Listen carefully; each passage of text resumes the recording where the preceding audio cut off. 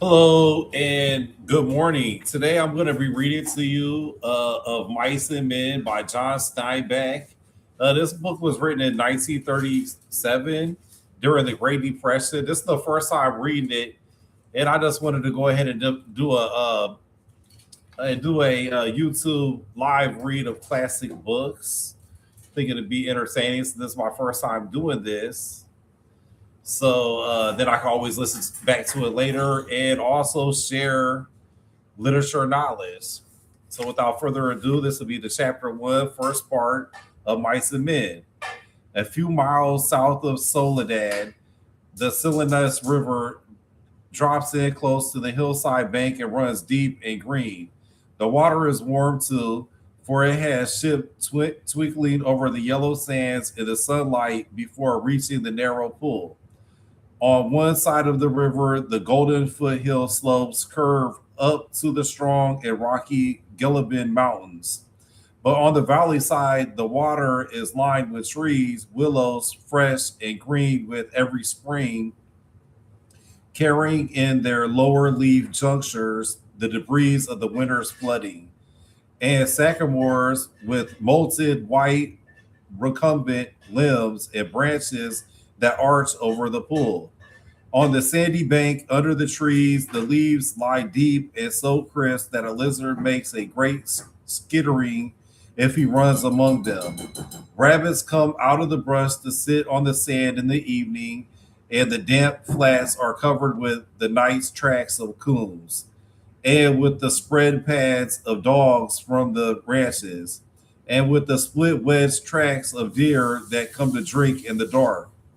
There is a path through the willows and among the sycamores, a path beaten hard by boys coming down from ranches to swim in the deep pool, and beaten hard by tramps who come warily down from the highway in the evening to jungle up near water. In front of the low horizontal limb of a giant sycamore, there is an ash pile made by many fires. The limb is worn smooth by men who have sat on it. Evening of a hot day started the little wind to moving among the leaves. The shade climbed up the hills toward the top. On the sandbanks, the rabbits sat as quietly as little gray sculptured stones. And then from the direction of the state highway came the sound of footsteps on crisp sycamore leaves. The rabbits hurriedly, noisily for cover. A stilted heron labored up into the air and pounded down the river. For a moment, the place was lifeless, and then two men emerged from the path and came into the opening by the green pool. They had walked in single file down the path, and even in the open one stayed behind the other. Both were dressed in denim trousers and in denim coats with brass buttons. Both wore black, shapeless hats, and both carried tight blanket rolls snug over their shoulders. The first man was small and quick, dark of face, with restless eyes and sharp, strong features. Every part of him was defined: small, strong hands, slender arms, a thin and bony nose. Behind him walked his opposite, a huge man, shapeless of face, with large pale eyes, with wide sloping shoulders, and he walked heavily, dragging his feet a little, the way a bear drags his paws. His arms did not swing at his sides, but hung loosely. The first man stopped short in the clearing, and the follower nearly ran over him. He took off his hat and wiped the sweat band from his forefinger and snapped the moisture off.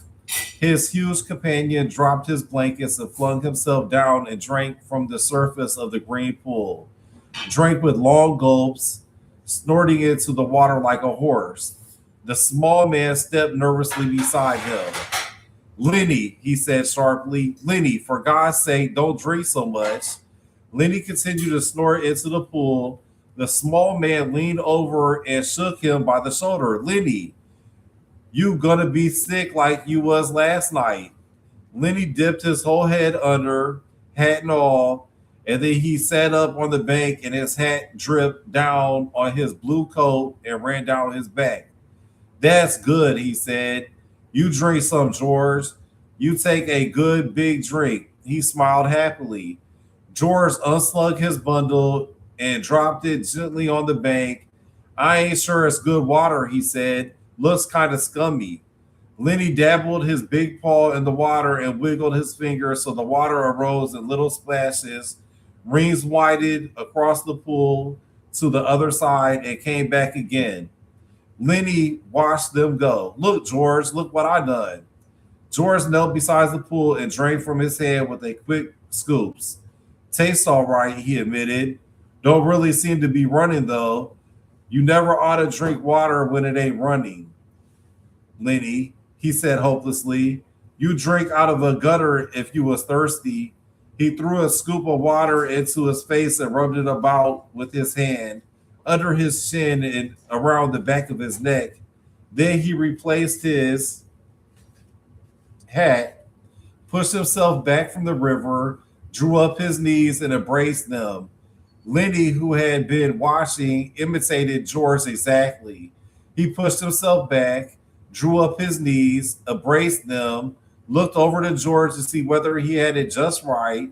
He pulled his hat down a little more over his eyes, the way George's hat was. George stared morosely at the water. The rims of his eyes were red with sun glare.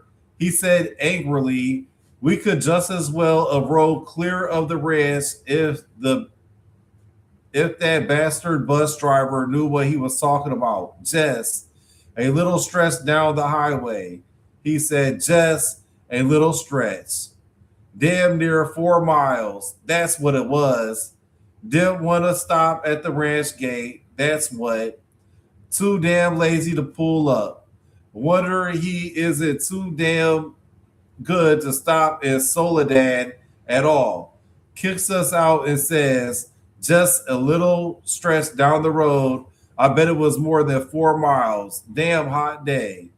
Lenny looked timidly over to him. George, yeah, what you want? Where are we going, George?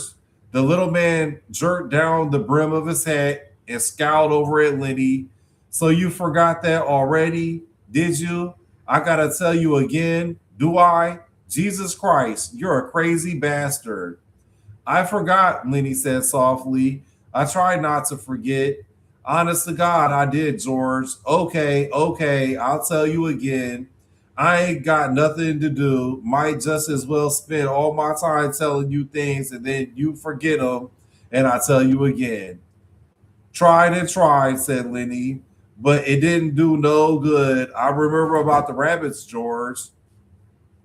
The hell with the rabbits. That's all you ever can remember is them rabbits. Okay. Now you listen this time and you got to remember so we don't get in no trouble. You remember sitting in that gutter on Howard Street and watching that blackboard. Lenny's face broke into a delighted smile. Why, sure, George, I remember that. But what did we do then? I remember some girls come by and you say, the hell with what I say. You remember about us going into Murray and Reddy's and they give us work cards and bus tickets. Oh, sure, George. I remember that now. His hands went quickly into his side coat pockets. He said gently, George, I ain't got mine. I must have lost it. He looked down at the ground in despair. You never had none, you crazy bastard. I got both of them here. Think I'd let you carry your own work card? Lenny grinned with relief. I thought I put it in my side pocket. His hand went into the pocket again. George looked sharply at him. What'd you take out of that pocket? Ain't got a thing in my pocket, Lenny said cleverly. I know there ain't. You got it in your hand. What you got in your hand hiding it? I ain't got nothing, George. Honest. Come on, give it here. Lenny held his closed hand away from George's direction. It's only a mouse, George. A mouse, a live mouse. Uh-huh. Just a dead mouse, George. I didn't kill it, honest. I found it. I found it dead. Give it here, said George. Oh, leave me have it, George. Give it here. Lenny's closed hand slowly obeyed. George took the mouse and threw it across the pool to the other side among the brush. What you want of a dead mouse, anyways? I could pet it with my thumb while we walked along, said Lenny. Well, you ain't petting no mice while you walk with me. You remember where we're going now? Lenny looked startled and then embarrassment hid his face against his knees. I forgot again. Jesus Christ, George said resigningly. Well, look, we're going to work on a ranch like the one we come from up north. Up north in Weed. Oh, sure, I remember in Weed. The ranch was going to is right down there about a quarter mile. We're going to go in and see the boss. Now, look, I'll give him the word tickets, but you ain't going to say a word. You just stand there and don't say nothing. If he finds out what a crazy bastard you are, we won't get no job. But if he sees your work before he hears you talk, we're set. You got that? Sure, George. Sure, I got it. Okay. Now, when we go see the boss, what you gonna do? Lenny thought. His face grew tight with thought. I ain't gonna say nothing. Just gonna stand there. Good boy. That's swell. You say that over 2, 3 times so you won't forget. Lenny dropped to himself softly. I ain't gonna say nothing. I ain't gonna say nothing. I ain't gonna say nothing. Okay, said George, and you ain't gonna do no bad things like you done in Weed neither. Lenny looked puzzled. Like I done in Weed? Oh, so you forgot that too, did you? Well, I ain't gonna remind you. Fear you do it again. The light of understanding broke on Lemmy's face. They run us out of Weed. He exploded triumphantly. Run us out, hell, said George disgustedly. We run, they was looking for us, but they didn't catch us. Lenny giggled happily. I didn't forget that, you bet. George lay back on the sand and crossed his hands under his head. Lenny intimidated, imitated him, raising his head to see whether he were doing it right. God, you're a lot of trouble, said George. I could get along so easy and so nice if I didn't have you on my trail. I could live so easy and maybe have a girl. For a moment, Lenny lay quiet, and then he said hopefully, we're going to work on a ranch, George. All right, you got that, but we're going to sleep here because I got a reason. The day was going fast now. Only the tops of the Goblin Mountains flamed with the light of the sun that had gone from the valley. A water snake slipped along the pool, its head held up like a little periscope. The reeds jerked slightly in the current. Far off towards the highway, a man shouted something, and another man shouted back. The sycamore limbs rustled under a little wind that died immediately. George, why ain't we going on the ranch and get some supper? They got supper at the ranch. George rolled his eyes. George rolled on his side. No reason at all for you. I like it here. Tomorrow, we're going to go to work. I seen thrashing machines on the way down. That means we'll be bucking grain bags, busting the gut. Tonight, I'm going to lay right here and look up. I like it. Lenny got up on his knees and looked down at George. Ain't we going to have no supper? Sure we are. If you gather up some dead willow sticks, I got 3 cans of beans in my bundle. You get a fire ready. I'll give you a match when you get the sticks together. Then we'll heat the beans and have supper. Lenny said, I like beans with ketchup. Well, we ain't got no ketchup. You just go get wood. And don't you fool around. It'll be dark before long. Lenny lumbered to his feet and disappeared in the bush. George lay where he was, whistled softly to himself. There were sounds of splashing down the river in the direction Lenny had taken. George stopped whistling and listened. Poor bastard, he said softly, and then went on whistling again. In a moment, Lenny came crashing back through the brush. He carried one small willow stick in his hand. George sat up. All right, he said briskly, give me that mouse. Then Lenny made an elaborate pantomime of innocent. What mouse, George? I ain't got no mouse. George held out his hand. Come on, give it to me. You ain't put nothing over. Lenny hesitated, back away, looked wildly at the brush line as though he contemplated running for his freedom. George said coldly, "You gonna give me that mouse, or do I have to sock you?" Give you what, George? You know damn well what. I want that mouse. Lenny reluctantly reached into his pocket. His voice broke a little. I don't know why I can't keep it. It ain't nobody's mouse. I didn't steal it. I found it lying right beside the road. George's hand remained outstretched imperiously, slowly like a terrier who doesn't want to bring a ball to its master. Lenny approached, drew back, approached again. George snapped his finger sharply at the sound. Lenny laid the mouse in his hand. I wasn't doing nothing bad with it, George, just stroking it.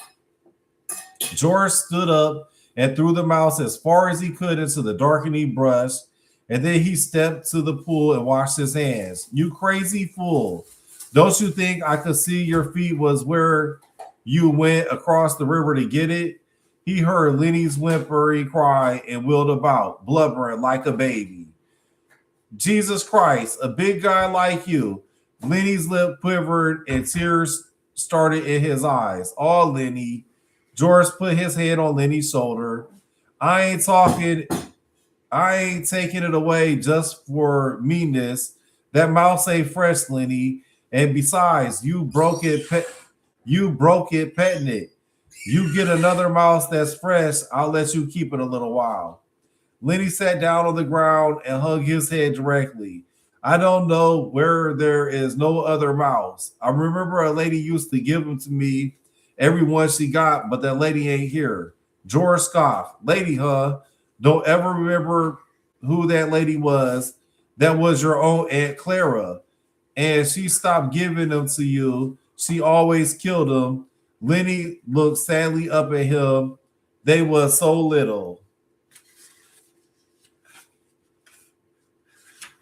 He said apologetically, I pet them, and pretty soon they bit my fingers, and I pinched their heads a little, and then they were dead because they were so little. Okay, guys, that's where we're going to leave off at on page 10 because it's breakfast time. And so that was the first 9 pages of Mice and Men. So it started off pretty good, pretty interesting story. So you got these two guys, and they're hiking the trail, and they're getting ready to go work at the farm. So it'll be interesting to see how that works out for them. So I'll go ahead and close here, and we'll pick up next time on page 10. Thanks for listening. I'll catch you guys in the next video. Bye.